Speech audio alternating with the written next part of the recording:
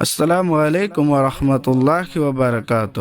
دوستو، میں امید کرتا ہوں کہ آپ لوگ خیریت سے ہوں گے۔ اللہ پاک ہم سب کو سلامت رکھے، خوش رکھے۔ دوستو، میں آپ سب سے ایک گزارش ہے کہ آپ سب ہمارے چینل پر پہلی بار آئے ہیں تو ہمارے چینل کو سبسکرائب کریں اور ہمارے ویڈیو کو لائک کریں اور زیادہ سے زیادہ شیئر کریں۔ چلیے شروع کرتے ہیں۔ بسم اللہ الرحمن الرحیم۔ باب 4، ہلکا وضو کرنا۔ حدیث نمبر 113۔ ابن عباس رضی اللہ تعالیٰ عنہ کا بیان ہے کہ ایک بار نبی صلی اللہ علیہ وسلم سوئے یہاں تک کہ خراٹے بھرنے لگے، پھر آپ نے جا کر نماز پڑھی اور وضو نہ کیا۔ کبھی روائی نے یوں کہا کہ رسول اللہ صلی اللہ علیہ وسلم کروٹ لیتے یہاں تک کہ سانس کی آواز آنے لگی، پھر جا کر آپ نے نماز پڑھی۔ فائدے۔ دوسرے حدیث میں حضرت ابن عباس رضی اللہ تعالیٰ عنہ کا بیان ہے کہ آپ نے نیند سے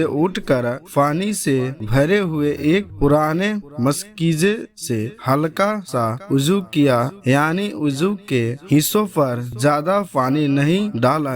یہاں آپ نے وضو کے حصوں انگوں کو صرف ایک بار دھویا۔ حدیث نمبر 113، صحیح بخاری۔ السلام علیکم ورحمۃ اللہ وبرکاتہ۔